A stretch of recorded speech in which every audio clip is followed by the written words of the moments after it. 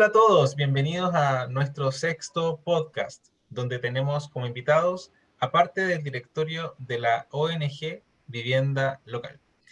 Este grupo de podcast tiene como objetivo dar a conocer la carrera de Ingeniería en Construcción y también hablar de temas relacionados al área. En los próximos capítulos podrán encontrar algunas temáticas como asignaturas de estructuras, economía circular, costos, Cámara Chilena de la Construcción, entre otros. Esperamos que los podcasts de nuestro canal sean provechosos para usted y disfrute de cada uno de ellos. Mi nombre es Rodrigo Moreno Luco, quien dirigirá la conversación en cada podcast, y nos acompaña Gillian Roth Retamares, alumna de la carrera de Ingeniería en Construcción. Bueno, nuestros invitados de hoy son la ONG Vivienda Local, representados por Camilo Cajigal y Sebastián Becerra. Camilo es arquitecto de la Universidad de Viña del Mar y dicta la asignatura de autoconstrucción de viviendas, perteneciente también al directorio de la ONG Vivienda Local. Y Sebastián también es arquitecto de la Universidad de Viña del Mar, dicta la asignatura de autoconstrucción de viviendas en la Universidad de Viña del Mar y pertenece al directorio de la ONG Vivienda Local. Muchachos, bienvenidos a nuestro podcast. La primera pregunta que les voy a realizar es ¿en qué consiste y qué es la ONG Vivienda Local? Bueno, voy a partir tomando la palabra. Ya, esa pregunta yo creo que hoy en día es muy diferente a cómo fue en un comienzo. Ya, nosotros partimos primero con una aproximación hacia la autoproducción de vivienda, y esto surge a raíz de diversos procesos de reconstrucción que fuimos acompañando, ya principalmente primero en Valparaíso, eh, en varias ocasiones en Valparaíso, post incendios, catástrofes, y también en otras regiones del país, donde también hemos podido acompañar procesos de reconstrucción en los cuales eh, las familias optan por esta alternativa de autoproducción debido a que las soluciones que ofrece el mercado inmobiliario social no satisfacen sus problemas, necesidades, etcétera. Y esto se debe, por ejemplo, en que, no sé, en Valparaíso son viviendas que muchas veces quedan en fondos de quebrada, o también son núcleos familiares que no caben dentro de una vivienda estandarizada. Por tanto, ellos mismos tienen que tomar, tienen que tomar otra alternativa para poder satisfacer esta necesidad. Y por tanto, se implementan estos programas que no son la política más común dentro de la política social en Chile, porque en general está enfocada más en lo cuantitativo, eh, y por tanto lo cuantitativo lo que hace finalmente es aplanar algo que es muy complejo. O sea, hacer una vivienda estandarizada para una serie de familias diversas eh, es algo que realmente no cabe dentro de nuestra realidad. Por tanto, este tipo de soluciones lo que hace es responder realmente a las necesidades, se pone en el centro de las familias y se hace un trabajo que nace desde ellos, y, y por su misma gestión, por su labor autogestionaria de ir autoproduciendo su vivienda, llegan a un producto de hábitat ya que responde mucho más a sus necesidades, aspiraciones, y, y en el fondo nosotros nos fuimos encontrando con eso. Eh, por mucho tiempo quisimos, o todavía estamos de hecho en la lucha por poder trabajar esto a través de subsidios regulares, ya no a través de programas solamente de post-catástrofe, que es donde se dan las condiciones para poder abordar este tipo de proyectos. Y posteriormente fuimos evolucionando, cambiando y encontrándonos también con nuevos desafíos. Y también nos dimos cuenta que el tema de la autoproducción era un tema que no solamente aparecía en procesos de reconstrucción, o sea, era una realidad gigante, ¿ya? O sea, para muchos está un poco escondida y bastante silenciada, pero la autoproducción en Chile es alrededor del 60% de las viviendas, o sea, produce más que el mercado inmobiliario, ¿ya? Entonces, nosotros creemos de repente que la única opción que tenemos cuando pensamos en una vivienda es ir, pedir un crédito hipotecario y acercarnos a un proyecto, un megaproyecto o un proyecto de urbanización, etcétera, y en realidad lo que está más produciendo hoy en día hábitat en Chile somos nosotros mismos, ¿ya? A través de la autoproducción y autoconstrucción, ya que son cosas un poco diferentes, también ahí podemos ahondar en eso. Pero finalmente hay una problemática ahí, hay muchas familias que están emprendiendo procesos de autoproducción o autoconstrucción sin acompañamiento, porque no hay política de acompañamiento, entonces las personas emprenden procesos nomás y lo hacen generalmente como convencionalmente ven que se hace, ya que sin mucha planificación, sujeta a un montón de problemas que muchas veces terminan con viviendas, proyectos a medias que no se terminan, inversiones que son importantes de las familias, donde no logran terminar sus proyectos o estos proyectos resultan más vulnerables por no tener un acompañamiento técnico ni más visiones. Y finalmente, cualquier proyecto en el cual se integran más visiones, además del maestro y del autoproductor real, que muchas veces no tiene, o la mayoría de las veces no tiene como muchos conocimientos, porque las personas construyen con suerte una vez en la vida una casa, con suerte dos veces, entonces no tienen por qué ser expertos tampoco. Entonces se generan estas problemáticas que nosotros identificamos y hoy en día estamos tratando de resolver a través de una red colaborativa de profesionales. En el fondo terminamos siendo un grupo, una red que se extiende orgánicamente por todo Chile en este momento, acompañando diferentes proyectos de diversas dimensiones y tratando de acercar este acompañamiento que nos entregan las políticas habitacionales a las personas de forma asequible. Y finalmente, ¿cómo lo estamos logrando? A través de este trabajo colaborativo con esta red de profesionales que nos autodenominamos arquitectos locales. ¿Ya? ¿Por qué? Porque estamos en todo el territorio, o sea, no trabajamos generalmente por ejemplo, un arquitecto que toma un proyecto, o sea, aparece un proyecto en Chiloé, vamos a trabajar con un arquitecto local que conozca, que tenga su red territorial, conozca el lugar, conozca los patrones de asentamiento, etcétera. Entonces puede abordar los proyectos de una forma eh, más idónea, no solamente para ¿cómo se llama? El proyecto en sí de la familia, que eso es un tema que tiene que ser trabajado siempre de forma participativa, pero sí que sea un proyecto que se adecue a las condiciones del terreno, al territorio específicamente. Y, no sé, para redondear un poco terminar un poco esa idea, es que hoy en día trabajamos a través de programas abiertos a la comunidad, con un sistema de trabajo que hemos ido desarrollando, es evolutivo porque va cambiando constantemente, y esto lo vamos trabajando en una organización donde todos tienen voz, tomamos decisiones de forma horizontal, y, y funciona como concretamente con una oficina técnica comunitaria, que sirve, da servicio de soporte a todos los arquitectos locales, y esta red de arquitectos también que trabajamos todos juntos en esta metodología. Eso. Oye, Espero sí, haber sí, dejado claro. súper completo. Oye, ¿y cómo ustedes llegaron a formar esta ONG? ¿Por qué una ONG y no una, una organización empresarial? ¿Por qué una empresa o una institución de ese tipo? La formación de la ONG tiene como una historia que podríamos remontarla al 2013, que fue donde comenzamos a trabajar en proyectos de reconstrucción en el incendio que hubo en Rogelillo y Placeres, donde eh, nos llamaron del Servio para trabajar en este programa nuevo que se estaba implementando, y estuvimos desarrollando alrededor de 13 proyectos entre Sebastián y yo de manera particular, eh, y en el cual nos fuimos dando cuenta que, bueno, que era algo que estaba partiendo, que era medio incipiente, pero que tenía harto potencial, ¿ya? Bueno, trabajamos con 13 familias de manera bastante parecida a cómo trabaja un arquitecto con un cliente, con una persona, su proyecto de vivienda.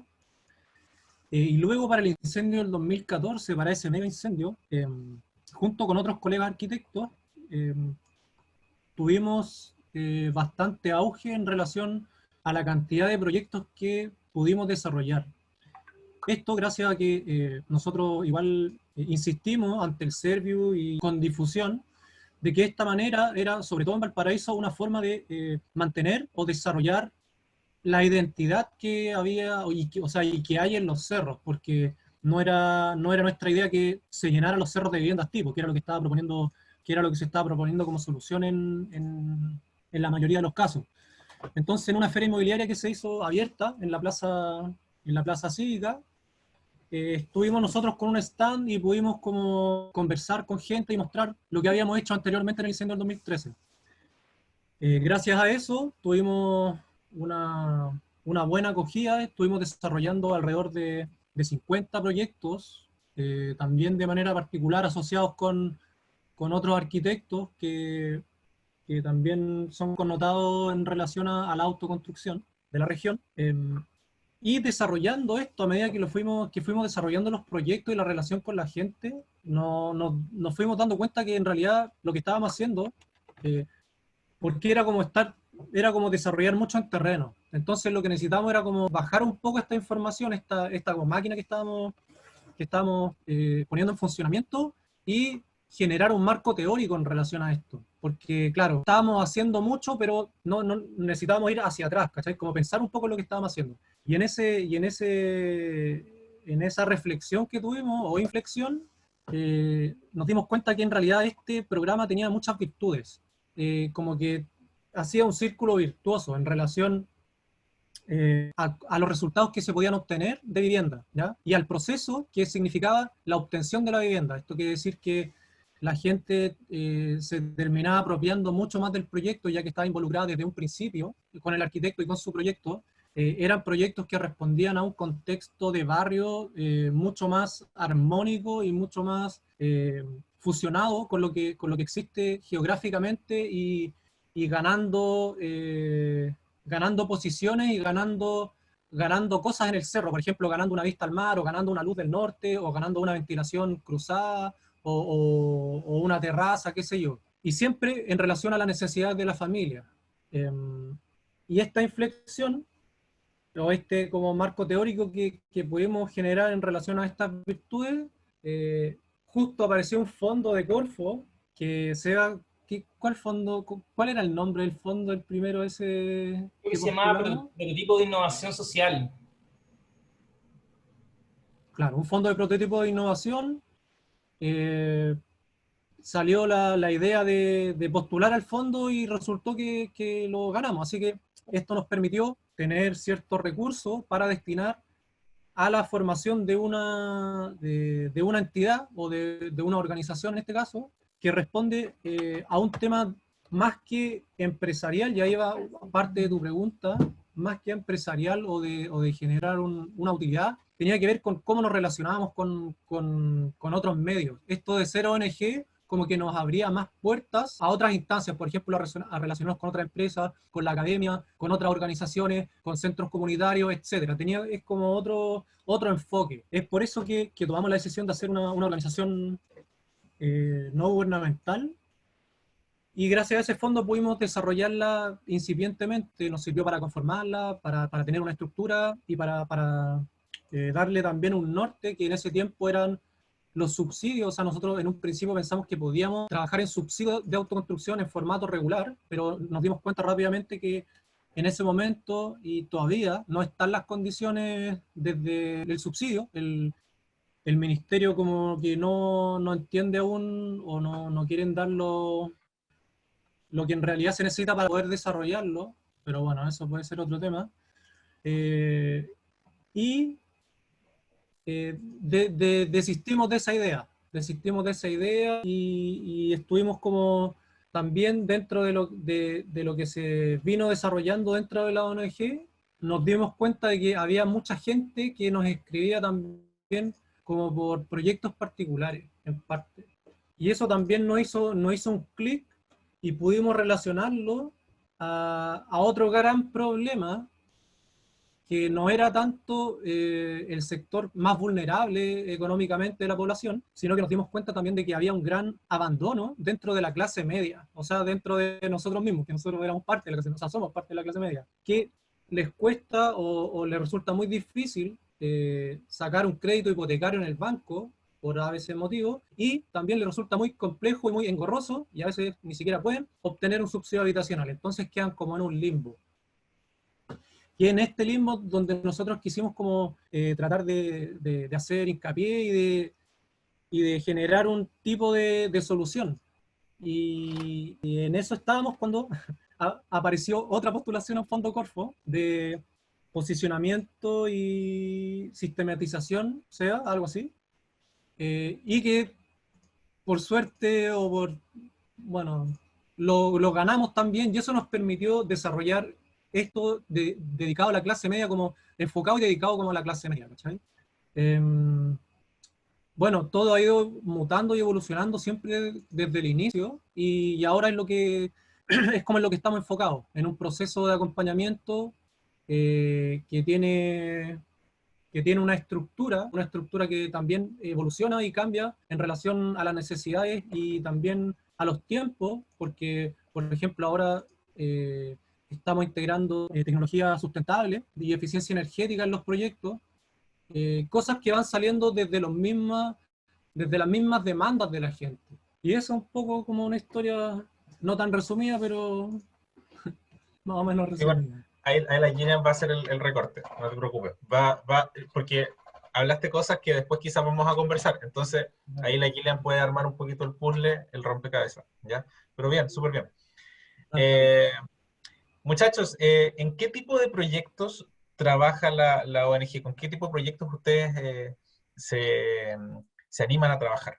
A ver, respondiendo a esa pregunta, a ver, con el tiempo hemos ido quizás como comprendiendo y flexibilizándonos también en relación a eso. Al principio estábamos muy enfocados a lo que era simplemente trabajar con viviendas unifamiliares, incluso en un momento dijimos, no, vamos a trabajar hasta tantos metros cuadrados, porque ahí es donde la gente realmente como que necesita y todo. Entonces, bueno, al final el espectro el sistema de trabajo que tenemos, finalmente, ha ido también, como dice el Camilo, es un proceso muy, muy evolutivo. O sea, de hecho, hoy en día estamos formándonos también, estamos haciendo un diplomado en diseño participativo sustentable en la Universidad Nacional Autónoma de México. Gran parte del equipo está trabajando en eso, donde ha ido cambiando también. Nosotros siempre en todo nuestro proceso evolutivo hemos ido llegando a ciertos conceptos ya de forma intuitiva, ¿ya? Y de repente mirábamos a nuestro alrededor y veíamos que acá como que no compartíamos, no podíamos compartir esa visión con nuestros pares, etcétera, porque no está muy instaurado en Chile el concepto de autoproducción, la participación sobre todo. Yo creo que en Chile no estamos acostumbrados o está fuera de nuestros paradigmas la posibilidad de participar, ¿ya? Y yo creo que eso es algo que en los proyectos de autoproducción, ¿ya?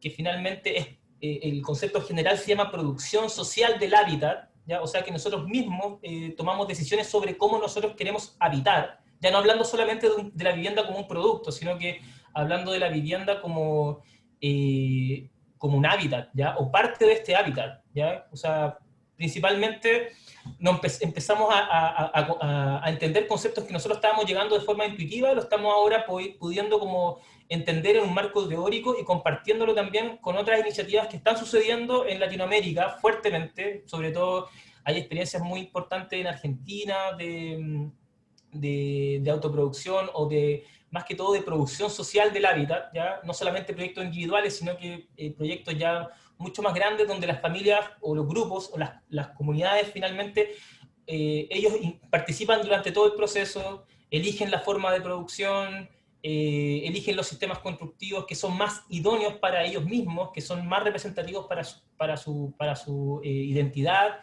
etc. Entonces, ¿qué es lo que pasa finalmente? Es que algo que nosotros antes veíamos de una forma tan plana, tan simple, como ir y presupuestar una construcción, que probablemente yo iba a decir, ¿sabéis qué? Mira, yo quiero una casa tipo, no sé, pasa mucho como esta mediterránea, yo quiero una casa mediterránea de no sé cuántos metros cuadrados, como que estamos acostumbrados a simplificar una cosa que finalmente en una casa pasan muchas otras cosas, o sea, no solamente el sistema constructivo ni los metros cuadrados, sino que en una casa, si la entendemos como el hábitat, finalmente inciden muchas otras más dimensiones, ¿ya? como por ejemplo, no sé, el aspecto psicológico, el aspecto sociológico, también hay temas también, de hecho, cómo yo estoy haciendo mi casa, aunque yo no lo quiera, aunque yo crea que no lo estoy haciendo política también. O sea, si yo produzco casa a través de una constructora, o produzco casa yo mismo, o lo hago en comunidad, es indivisible que yo estoy actuando políticamente también. Entonces hay muchas otras dimensiones que están en nuestro hábitat, que las podemos ver, ya, pero nosotros las simplificamos muchas veces a lo que es una construcción de tal materialidad, sin tomar en consideración todas las otras cosas, el medio ambiente, la sustentabilidad que está ahí presente, pero como que la dejamos de lado. Entonces, cuando tú me preguntas qué tipo de proyectos como que tomamos, en el fondo, en realidad tomamos cualquier tipo de proyecto, pero la única diferencia es que nosotros cuando tomamos un proyecto, tratamos de integrar a ese proyecto otras miradas, ¿ya? Como complejizar un proceso de vivienda que pareciera ser como un producto actualmente en el mercado, que la vemos, que la podemos comprar así, y un objeto que lo tenemos, y después lo podemos cambiar o algo. Nosotros a ese, en vez de verlo como un objeto estático, lo vemos como un proceso evolutivo y como el comienzo de algo. O sea, cuando yo llego a vivir en una casa, no llego a una cosa donde ya estoy listo, ¿cachai? Sino que yo comienzo un proceso recién cuando llego a una casa. Otro proceso. O sea, es solamente un momento dentro de este proceso de habitar el hecho cuando tú llegas a una vivienda. Entonces, finalmente, nosotros podemos tomar cualquier tipo de proyecto, el sistema la única diferencia que tiene es que es un proceso más participativo y que tratamos de, en cada proceso, ir incorporando más visiones, más perspectivas para que ese proyecto, esa simplificación que nosotros tenemos muchas veces, se enriquezca, ¿ya? Y ese proyecto sea mucho más completo, incluso en términos evolutivos, ¿ya? Porque hay muchas veces que uno piensa una vivienda para el día de hoy, pero realmente, no sé, por el Rodrigo o la Gillian de hoy son diferentes a los que van a estar en 4 años más, sus necesidades van a ir cambiando, sus aspiraciones también, entonces van a tener una opinión con respecto a muchas otras cosas, por tanto esa vivienda, ese espacio, ese hábitat que ustedes van a ir construyendo tiene que ser capaz de reconocer a ustedes también como personas que van a ir evolucionando en el tiempo. Interesante lo que tú mencionas. ¿Y en qué consiste la autoconstrucción de viviendas? Ese concepto de autoconstruir, ¿cómo lo pueden interpretar ustedes? Mira, el concepto de autoconstrucción, como lo vemos nosotros, no es como tan literal, ¿cachai? No es que, a pesar de que sería como quizás lo idóneo, pero la realidad nos ha mostrado que no es tan literal. O sea, no es que una familia agarre el martillo y el serrucho y se pongan ellos mismos a levantar la casa. Eh, Aunque, ¿por qué no? Podrían hacerlo si es que quizás tuvieran los conocimientos, pero a lo que se refiere el tema de la autoconstrucción, y quiero amarrar también un concepto que hemos estado aplicando, y es que es el de la autoproducción, que engloba a la autoconstrucción. Eh, para cerrar el tema de la autoconstrucción, nosotros vemos como autoconstrucción la manera en que la familia puede, de la mejor forma posible, para ellos, ejecutar la obra, ya sea a través de ellos mismos, a través de algún familiar, a través de alguna mano de obra especializada como un contratista, o a través de una empresa si es que ellos lo consideran. Ahora, ¿cuáles son los principales valores de la autoconstrucción?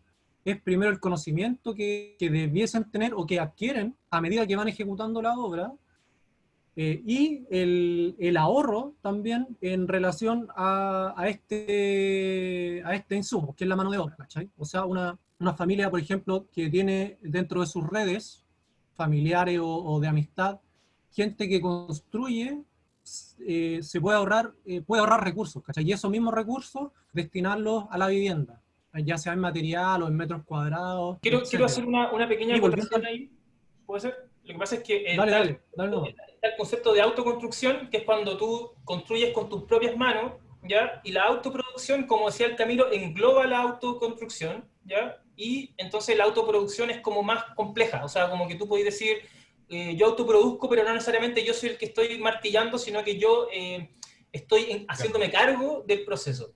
Esa es como la gran diferencia. ¿Y los vecinos? ¿Cómo Claro, funciona eso de eso los mismo, vecinos? de hecho. ¿Cómo? Les ha tocado proyectos en los cuales los vecinos también se integran al proceso? Mira, ahí hay un tema súper interesante y siempre nos preguntan, ¿cachai? Porque dicen, ya, ustedes, ¿cómo consigo la mano de obra? Porque no tengo, no sé qué. ¿De dónde sale ese concepto? O sea, ¿cómo lo soluciono?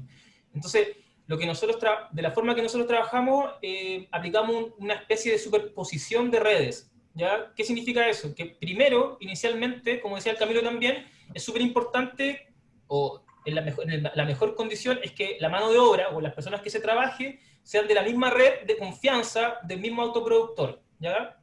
O sea, que estén dentro de ellos puedan gestionarlo, ya sea en el territorio, a través de su red familiar, social, etcétera, ¿ya? Ese es como el mejor escenario. Posterior a eso, como nosotros trabajamos en red, también hay un arquitecto que está en el territorio, entonces ese arquitecto también tiene una red, ¿ya? También conoce gente, también ha trabajado en otros proyectos, y esa red también se superpone. Entonces por ahí también se pueden identificar mano de obra que sea más calificada, idónea territorialmente, ya sea a través del sistema constructivo que se eligió, etcétera, para el proyecto. Y después está la otra red, que es la red que ya es de la organización general, que es de otros proyectos que hayan estado cercanos, donde también haya habido mano de obra que haya funcionado en algún momento, entonces también se pueden ir conectando todo eso. Entonces en el fondo lo que se hace es que el proyecto de una familia, ya que finalmente es como uno pega algo súper individual, pasa a ser algo común, ¿cachai?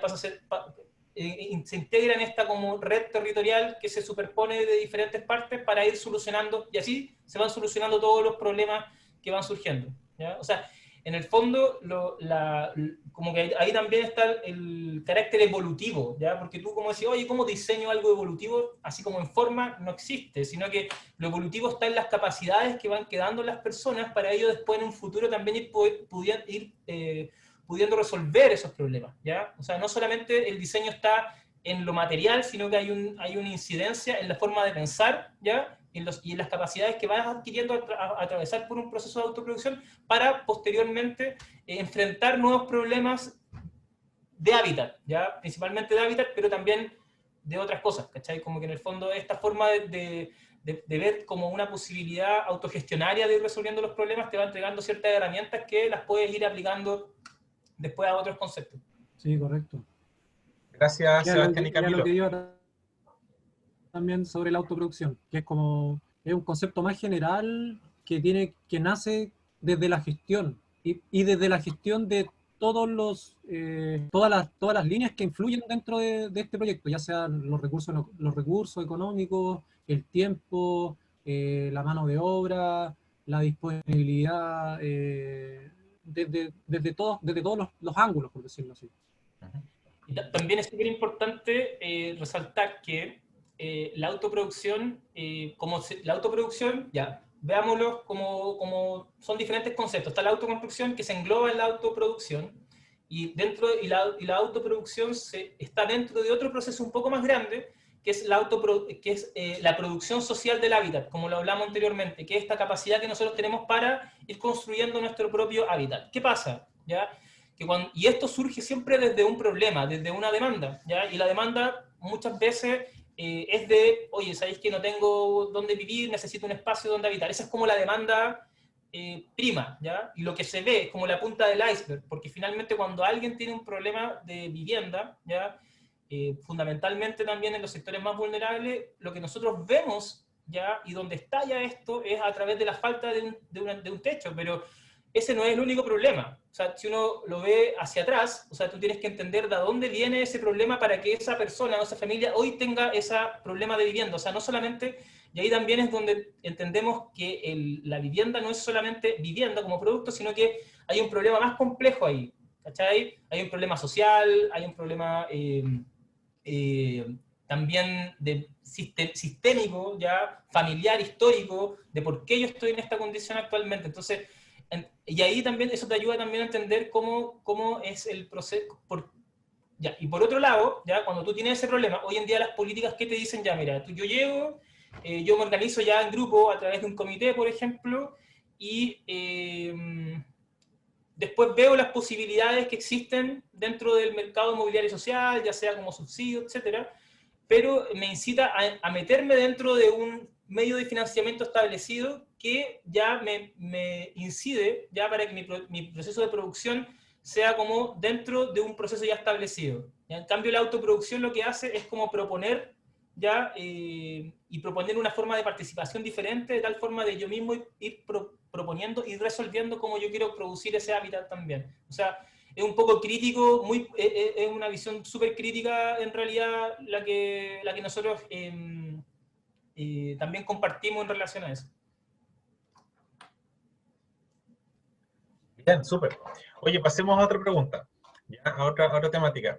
¿Qué socios o cuáles son los socios que actualmente trabajan con ustedes? ¿Qué tipo de socios tienen? Como de la organización.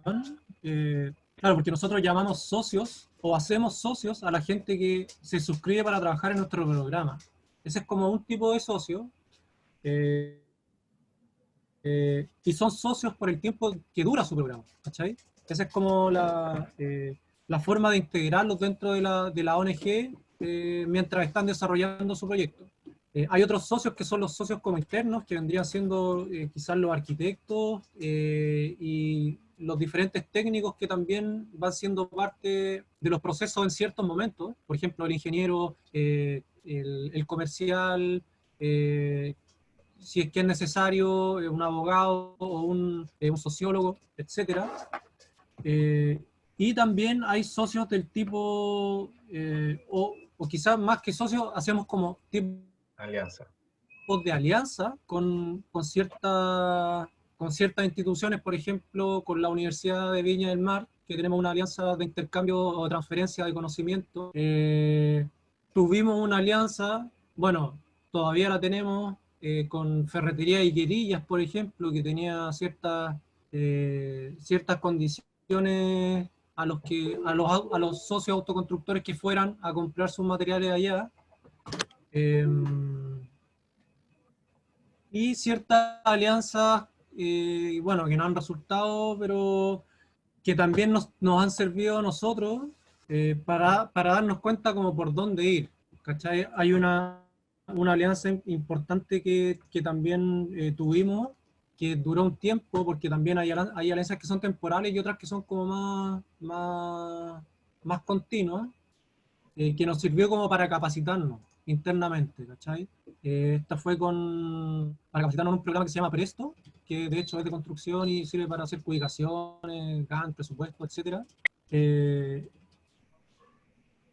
la Y Municipalidad no de sé si se me Valparaíso da también alguna. tenemos buenas relaciones. Claro, Claro. O sea, que en realidad, sí, como también de hecho, estamos trabajando en alianza con la estamos Municipalidad de Valparaíso. desarrollando los proyectos ahí de reconstrucción también en conjunto con la MUNI. Y yo creo que, claro, como dice Rodrigo, o como dice Camilo, perdón, son como actores que van apareciendo dentro de este proceso que son importantes. Por ejemplo, no sé, una alianza muy importante creo que no deja de ser es con un grupo de familias en Santa Olga, que se asociaron para autoproducir sus viviendas, que es un proceso muy interesante, muy diferente a otros procesos donde hemos trabajado más uno a uno. Allá se armó como un tipo como organización de los mismos vecinos que nos permitió viajar, nos pagaban los viajes para ir allá a trabajar con ellos, nos quedábamos en sus mismas casas. Entonces, Santa Olga está en la región del Maule, ¿no?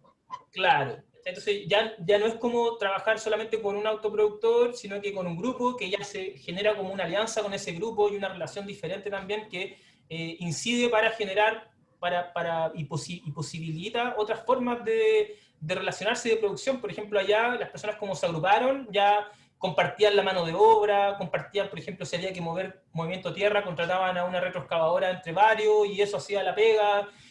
También ayuda a incidir, por ejemplo, con temas de la municipalidad para que se agilicen los permisos o con Servio. Entonces, hay, como decía Camilo también, hay como nosotros llamamos socios a todos los que van trabajando en conjunto con nosotros y quizás las otras son alianzas con actores estratégicos que van surgiendo, como en el caso, por ejemplo, de la Viña del Mar, donde hemos ido generando una relación bastante que se ha ido extendiendo en el tiempo y ha generado bastante como esta posibilidad, estos espacios de compartir, bastante interesante.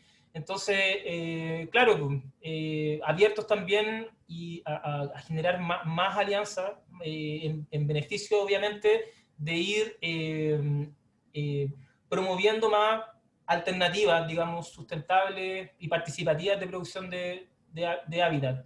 Hoy en día también, hace poquito, generamos una alianza también con otros chicos que tienen un emprendimiento de ecotecnologías, entonces ahora los proyectos también ya les vamos integrando nuevas miradas. Hace poquito también se integró a nuestro equipo un arquitecto experto en bioconstrucción, entonces ya estamos tratando de incidir en que las personas empiecen a optar por ese tipo de sistemas constructivos de excelentes características, entonces, y súper sustentables. Entonces, de a poquito hemos ido en el proceso, según, como decía el Camilo, las demandas que van apareciendo, simplemente esto va como transformándose, fluyendo, evolucionando. Yo creo que hay que entenderlo así. Creo que cuando uno llega cuando está en ese momento donde ya dejas de ver eso como el proceso como algo tan lineal, mira, para entenderlo un poquito más, así como gráficamente, es como cuando tú estás como escribiendo un texto, ¿ya?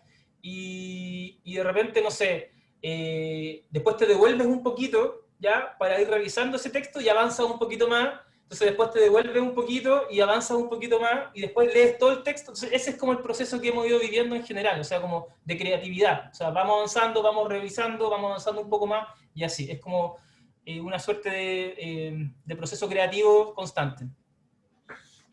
Perfecto. Oye, y si una familia estuviera interesada en el proceso que ustedes ofrecen, eh, ¿cómo ellos los pueden ustedes contactar? O sea, ¿de qué forma ustedes publicitan o se dan a conocer para captar público, para ayudar a otras familias que lo necesitan?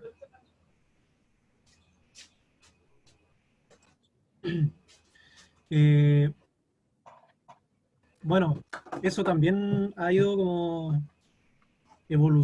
o sea, mutando, sobre todo ahora como en las condiciones que tenemos hace como 5 meses, porque en un principio teníamos, no sé si el estigma, pero la chapa de que ONG, entonces subsidio y vivienda social. Esa era como la asociación que hacía la gente cuando escuchaba de nosotros o cuando veía cierta información sobre nosotros.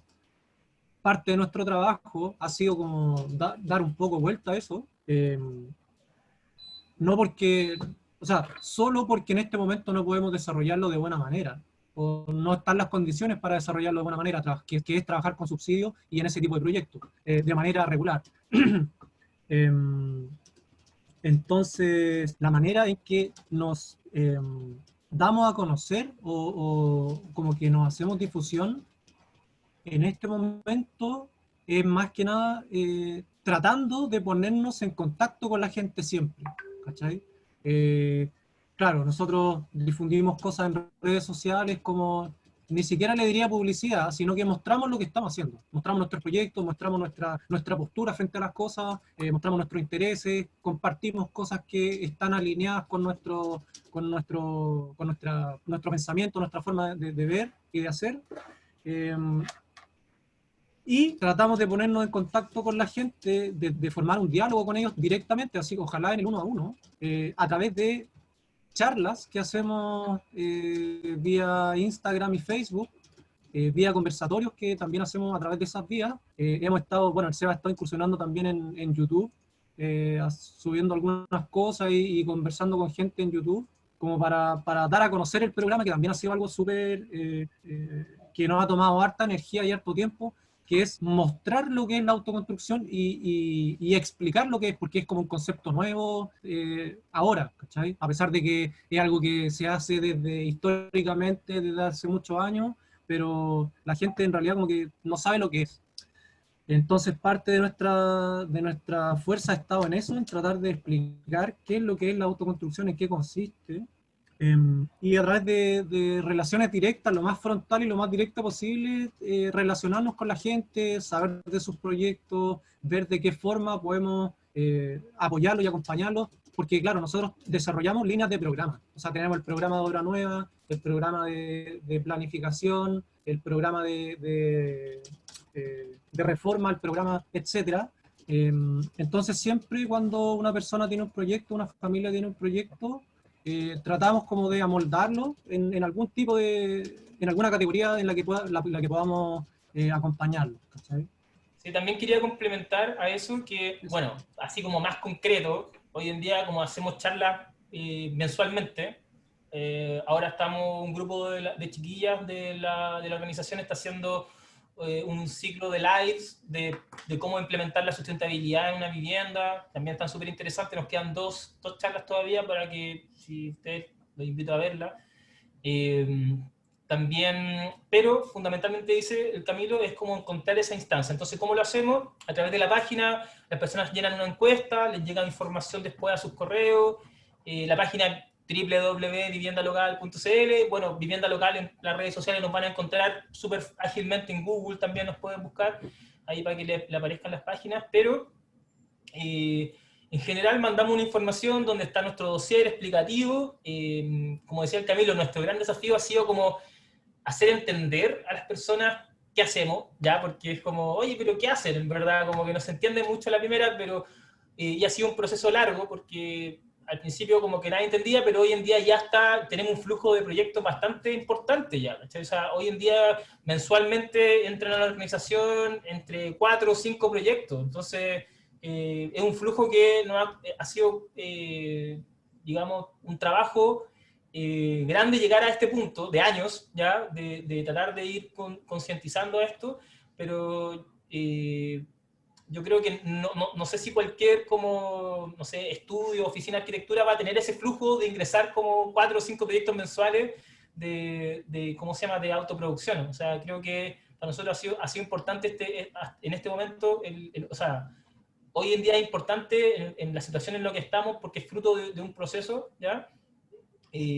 Pero fundamentalmente siempre, y donde realmente se transmite eso, es durante el proceso, ¿ya? O sea, hay un encuentro, hay una explicación de lo que es la autoproducción, muchas personas como que la conocen de antes, ya llegan con ciertas como capacidades para enfrentar un proyecto así, pero en realidad lo que entrega mayor es vivencial, es un proceso muy vivencial. Entonces, ahí es donde realmente se comprenden los valores de lo que significa autoproducir, del proceso. Entonces, eso. Y si alguien está interesado, obviamente, en algún proyecto, es cosa de que entre ahí, vaya a ver, se meta, y cualquier duda, los canales, los típicos canales que hay en las páginas para preguntar, siempre las respondemos súper pronto. Así que están los canales Oye, abiertos.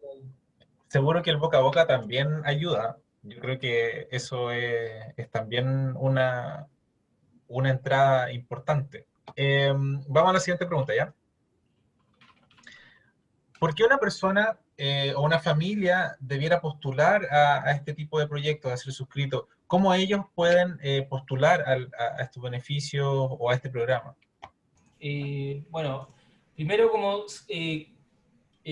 quitar el concepto de postular, que también siempre nos cuesta, como porque en verdad nosotros como que no somos aquí no se postula, sino que es un programa de suscripción que uno paga mensualmente una cuota y recibe el acompañamiento.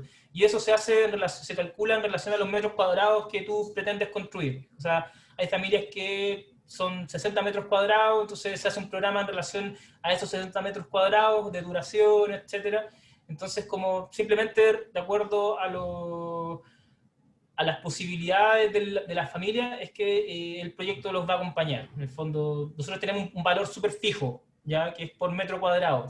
Actualmente recién se modificó, ya estábamos 0,62 UF el metro cuadrado el programa completo, y ahora estaba, creo, 0,66, y el programa de planificación solamente creo que estaba 0,4 y ahora está 0,44, ¿ya? Como que recién estamos como ajustando algunos valores, pero es súper fijo, abierto, transparente para todo. Entonces cada uno puede ir viendo, mira, en realidad yo tengo una idea de construir 100 metros cuadrados, veo cuánto me sale el programa y ahí opto por y aparte que el programa se va pagando en cuotas según la duración del programa. Entonces, por ejemplo, el programa más corto son 4, también se puede tener 5 meses, entonces se puede pagar en 5 cuotas, lo que es súper asequible, ¿cachai? Como el valor general, entonces se hace mucho más amigable el proceso para pagarlo, ¿ya? No es como algo que... Nosotros, eso es lo que tratamos de hacer fundamentalmente en nuestro modelo de aplicación, es que sea algo aterrizado en cuanto a los valores, y que al mismo tiempo permita que hayan profesionales que están trabajando acompañándote. O sea, va a haber un arquitecto que va a estar full contigo durante el proceso, detrás del arquitecto está la oficina técnica comunitaria que engloba a otros profesionales, también hay un ingeniero que hace tu planificación, tu presupuesto, o sea, como que te digo, todo ese valor que tú pagas en el fondo de ese programa te entrega como la posibilidad de integrar muchas miradas a tu proyecto que lo van a ir enriqueciendo, y obviamente eso significa que va a tener muchas más posibilidades de que se concluya o llegue a buen puerto, ¿ya? Se ejecute bien. Perfecto, súper. ¿Cuánto tiempo demora el proceso entre el diseño y la construcción del proyecto? Mira, dentro de los programas está separado básicamente en dos etapas. Uno que es la planificación de la obra, que tiene una duración de 4 meses y está dividido en 3 etapas: el diseño colaborativo, la carpeta técnico-legal y el plan de construcción. Y cada etapa tiene su tiempo definido, y el programa completo, que incluye, además de la planificación, incluye el acompañamiento durante la ejecución de la obra. Y este acompañamiento tiene una duración también de 4 meses. O sea, el programa completo dura 8 meses. Durante la ejecución de la obra, lo que se hace es realizar visitas a terreno por un profesional, en este caso el arquitecto que haya estado desde el inicio en el proyecto. Si es necesario también que vaya un ingeniero, también se integra.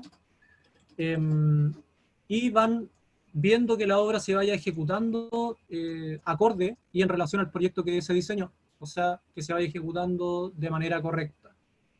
Además, está siempre la disponibilidad del arquitecto para ir resolviendo y para ir atendiendo cualquier tema que vaya surgiendo de la ejecución durante ese tiempo, ya sea tema de recursos, tema de materiales, tema de mano de obra o tema netamente técnico. Entonces el programa completo dura 4 meses y el programa de planificación dura 8 meses y el de planificación dura 4 meses. Eso es como temporalmente los programas. Sí, y también es como son complementarios, porque de repente hay personas que, por ejemplo, toman solamente el programa de planificación, que dura 4 meses, pero te entrega todas las capacidades y herramientas para enfrentar el proceso, ¿ya? O sea, vas a saber cuánto te va a costar el proyecto, qué materiales tienes que comprar, listas de compra, formas de contratación de mano de obra, o sea, quedas como preparado para tú poder como enfrentar el proceso. Y hay otras personas, entonces tú puedes contratar planificación y después, si quieres como construir en un año más, puedes contratar el acompañamiento, ¿ya? O si quieres o sea, si quieres como suscribirte al programa completo, también puedes congelar durante un proceso de meses mientras esperas construir, entonces es súper flexible también. Súper. Oye, ¿en qué comunas o regiones se pueden desarrollar proyectos con ustedes? Y amarrado a esa pregunta, ¿qué proyecto les ha marcado? ¿Qué tipo de proyectos han desarrollado? ¿Cómo ha sido un poco esa historia de la ONG en todos estos años que han funcionado? A ver, bueno, principalmente estamos todos, o sea, como que me atrevería a decir que estamos en todo Chile, ¿ya? Así como con nuestro sistema de trabajo nos permite ir creciendo orgánicamente en el lugar donde aparezca un proyecto. Por ejemplo, no sé, a ver, hace poco estamos como abriendo un proyecto, por ejemplo, en Concepción, y ya tenemos una arquitecta local que ya está capacitada con la metodología como para tomar un proyecto allá, y estamos cerrando. Por ejemplo, en el norte también apareció un proyecto en el norte, y posterior a eso gestionamos un arquitecto, lo capacitamos también y empezó a trabajar con la persona allá en el norte, en el Valle del Elqui también hay. Entonces, como que donde aparece un proyecto siempre va a haber un arquitecto cerca del territorio que va a estar dispuesto a trabajar con la metodología. O sea, eso lo hemos ido como comprobando caso a caso. Ahora, como proyectos que nos han como marcado, yo creo que cada proyecto es diferente igual. O sea, todos los proyectos son un proceso diferente. Por supuesto que trabajar en procesos de reconstrucción es algo diferente, ¿ya? Porque hay una necesidad, un proceso quizá mucho más complejo, en el sentido de que hay un tema de contención, Ahí hay que tratar de... Reconstrucción después de alguna catástrofe. Claro, entonces ahí realmente tú, como que mucho más latente la problemática de la complejidad que es un proceso de construcción de una casa. O sea, ahí hay un proceso psicológico, como digo, sociológico, hay traumas de las familias, entonces hay toda una... Hay un... Yo igual quiero complementar lo que estaba diciendo el Seba. Eh, Creo que en relación a los proyectos como a los que les tenemos más cariño, más representativos, por decirlo de alguna manera, al menos para mí hay uno que es como, está como siempre ahí presente, que es el proyecto de Fritz, que está también en nuestra página y tiene un testimonio que es bien interesante, porque fue el primer proyecto de la ONG que se pudo, o sea, que tuvo su etapa completa. Entonces Eso. se diseñó, se planificó y se ejecutó. Claro, fue el primer proyecto que cerró el círculo. Y en relación a eso, como que tuvo cierta importancia, pero también, claro, como decía el Seba, los proyectos de reconstrucción tienen como una carga emocional que es bastante fuerte, ¿cachai? Ahora también pienso que cada arquitecto forma un vínculo con la familia con la que trabaja, ¿cachai? Y en cierta manera como que también tienen como un intercambio eh, como entre personas, ¿cachai? No es como que yo te entrego algo y tú me entregas otra cosa y está el proyecto y listo, ¿cachai? Sino que hay un constante diálogo, comunicación y aprendizaje que va construyendo como una relación, ¿cachai? Es como eso. No terminan siendo amigos, o quizás sí, pero hay cierta cercanía o intimidad en cuanto a esa relación, que me parece como bien interesante también. Para ir finalizando, muchachos, ¿cómo ustedes proyectan la ONG, su institución en el futuro, en unos 10 años más? ¿Qué desafíos podrían tener como ONG? Igual una pregunta bien compleja, ¿ya? Sí, como... yo creo que, o sea, quizás Camilo puede tener como diferentes como opiniones al respecto, pero a mí me gustaría como desde mi perspectiva, ¿sabes? Como obviamente tratar de ir creciendo como organización, explorando otras posibilidades, también ojalá poder acercarnos nuevamente a trabajar en procesos como con sectores más vulnerables. Yo creo que eso es algo que hemos ido como retrasando o tratando de buscar gestiones también para poder hacerlo y vamos en eso. Actualmente lo hacemos, pero solamente en procesos de reconstrucción, que suceden mucho, entonces igual siempre estamos haciéndolo, pero igual ampliar ese espectro yo creo que es algo que tenemos que seguir buscando las formas creativamente para llegar a eso. Y lo otro yo creo que es posicionar dentro como de las opciones de producción de vivienda en Chile, como esta producción social del hábitat. Creo que es importante instaurar este tipo de conceptos que nosotros hemos venido trabajando en ello, de que cuando tú te enfrentes a acceder a una vivienda, o sea, te enfrentes al problema de habitar, ¿dónde?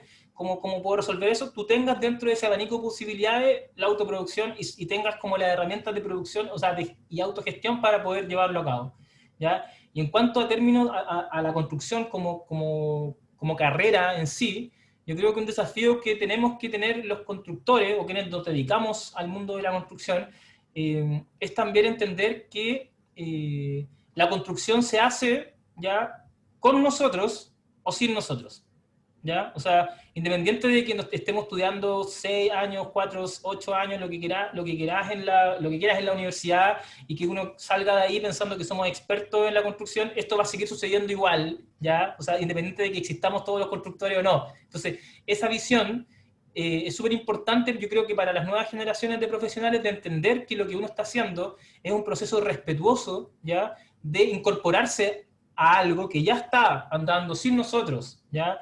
Y desde esa visión sumarse ya a este proceso, más que llegar a imponer formas de construcción que desde la academia se enseñan, que son como pero no reconocer realmente los tipos de conocimientos que están fuera de la universidad, ya conocimiento popular que tienen las personas, sistemas constructivos que han venido utilizando siempre. Entonces, entender eso también y nosotros incorporarnos siendo un aporte a eso, ¿ya? Más que siendo como algo como un poco impositivo en relación a eso. Para mí va por ese lado. Bien, ahora sí, para finalizar, la última pregunta que les queremos Oye, pero realizar. yo también quiero, Ya, sí, no hay problema, Camilo. yo también quiero responder. Entrega la visión también y ahí finalizamos con la última, no hay problema. Dale. Ya, vale. Eh, bueno, como yo visualizo también esta ONG bueno, 10 años más es harto, es como trabajando quizás más colectivamente que en la individualidad, o sea, y vemos que se ha estado dando, que hay grupos de gente organizándose que quieren vivir de cierta manera. Entonces, como que se está yendo de las ciudades y gente que está moviéndose de ciudad en ciudad, o grupos de gente, por ejemplo, no sé, inmigrantes, ¿cachai? Tenemos como cierto acercamiento hacia un grupo de personas que están buscando como formar una comunidad y vivir y generar su hábitat dentro de la ciudad, y otros grupos de gente que se quieren ir de la ciudad y formar también, vivir en una comunidad en sectores más rurales. Cosa que ha pasado desde siempre, pero sin este acompañamiento y sin esta forma de hacer las cosas. Complementando también un poquito eso, es que hoy en día se está dando un fenómeno súper grande que es la nueva ruralidad. O sea, mucha gente se están como yendo a los sectores como de los sectores urbanos a los sectores rurales, y ese proceso yo creo que si no se hace ya de forma participativa, ya cuando me refiero a participativa me refiero como no solamente participación entre quien está ejecutando el proyecto y quien está asesorándolo, sino que con una participación de las incluso territorial dentro de ese proceso, ya incorporar lo que está haciendo ahí, adaptarse, como incorporarse a los patrones de asentamiento que hay en ese lugar. Generalmente lo que estamos haciendo igual es un daño, ¿ya? Entonces es súper importante que esos procesos sean guiados, acompañados, porque si estamos hoy en día en ese proceso que se está dando cada vez más, el impacto que va a tener en las comunidades rurales, eso también puede ser algo o tender hacia algo negativo. Entonces también hay que ser súper cuidadoso, respetuoso con esos procesos. Sí, de acuerdo. Y también, claro, por un lado está como trabajar como con grupos de personas más que con familias individuales. Y también me gustaría proyectar como quizá internacionalmente la ONG, o sea, formar vínculos, generar vínculos donde eh, de distintos lados, sobre todo de Latinoamérica, Hispanoamérica, estamos como dentro de las mismas encrucijadas, o sea, tenemos problemas muy parecidos, eh, y temas como históricos y contextuales muy parecidos también. Entonces, formar alianzas, estrategias, trabajo en conjunto, donde podamos como aportar cada uno desde su visión y ir construyendo esta manera de hacer hábitat. Y claro, esas son como las proyecciones que yo podría visualizar. Y en relación también a lo que mencionaba el Seba no sé si consejo, pero como una observación en relación a los estudiantes, es que, claro, un proceso no inicia ni termina cuando estamos y cuando nos vamos, ¿cachai? Siempre está avanzando, siempre está cambiando. Entonces también ahí es como algo importante sobre lo cual reflexionar. Chicos, para finalizar, les quería consultar acerca de algo que siempre le preguntamos a nuestros invitados, y es qué recomendación le harías a un postulante a la carrera de Ingeniería en Construcción, dado que a un estudiante quizás de cuarto medio, o alguien que está en alguna búsqueda de una segunda carrera, que quiere ser ingeniero constructor, y dado que ustedes trabajan o están muy inmersos en la industria de la construcción, a pesar de que son arquitectos, o sea, evidentemente el constructor se relaciona mano a mano y a diario con un sinnúmero de profesionales, y entre ellos los arquitectos. Así que cuéntame un poquito sobre ello y ahí empezamos a finalizar nuestro podcast. A ver, bueno, voy a tratar de como aportar, ahí si Camilo me puede ir complementando sería genial. A ver, yo creo que insistir un poco en eso, ¿ya? Es que entender que las herramientas que se van a adquirir dentro de este proceso de aprendizaje van a ser transformadoras en muchos aspectos, ¿ya? Son herramientas valiosas, conocimientos que uno va adquiriendo en relación a formas como de producir y generar obviamente un sustento también de forma como un poco inevitable también, y está bien, o sea que en el fondo lo que estamos haciendo es un trabajo para poder vivir de ello, ya que creo que es fundamental, pero también esos conocimientos, esas capacidades que se van adquiriendo, hay que ser súper conscientes del impacto que tienen, ¿ya? Y por ahí va también eso, o sea, esos conocimientos, si son positivos, se pueden ir utilizando en muchos sentidos, ¿ya? Entonces, finalmente, como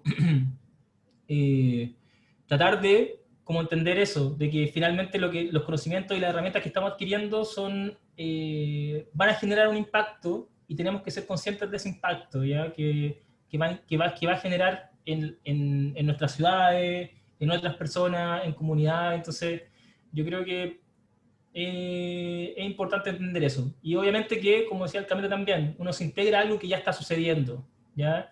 Y cuando uno se integra, tiene que tratar de ser un aporte, ¿ya? Y no desde lo impositivo, sino que un aporte en lo que ya está construido, porque solemos pensar que cuando nos enfrentamos a un proyecto creemos que hay una hoja en blanco y que queremos empezar a trabajar ahí, pero en realidad en ningún lado hay una hoja en blanco, ¿cachai? O sea, tú llegas a un lugar y siempre hay cosas, y hay trabajo, y hay conocimientos, saberes que están ahí, y eso, y hay que aprender a trabajar con eso, ¿cachai? Entonces, creo que esa sería como mi visión, recomendación tal vez. Vale. Aportando a lo que dijo el Seba, bueno, independiente quizá de la carrera que quieran estudiar, yo les recomendaría que primero averigüen y se enteren un poco qué es lo que hacen o a qué se dedican como de la carrera que quieran estudiar, así, eh, cómo se plantan frente al mundo laboral y el mundo de hacer cosas, porque en realidad un constructor es alguien que tiene el poder como de hacer cosas, de materializar. Digamos que un arquitecto tiene el poder de proyectar, de imaginar, y un constructor tiene el poder de materializar cosas. Entonces, creo que esa capacidad tiene que tomarse con harta responsabilidad y con harta conciencia. Esto en el sentido de que, como decía el SEA, no estamos en una hoja en blanco, sino que todo lo que hacemos afecta el entorno, afecta el contexto, afecta la cultura, afecta donde se inmerge, afecta. Entonces, si es que tomamos esta capacidad que tenemos como constructores de que lo que hacemos lo hacemos con cariño, lo hacemos con conciencia, lo hacemos con responsabilidad, seguro que el resultado va a ser positivo o va a generar un cambio positivo en el lugar en el que se inserte. Entonces, esa es como la invitación. Bien, pues Sebastián, Camilo, muchas gracias por el tiempo dedicado a este podcast, y a nuestros auditores, muchas gracias por acompañarnos el día de hoy en nuestro sexto podcast. Esperamos que nos sigan escuchando, no se pierdan nuestros próximos episodios.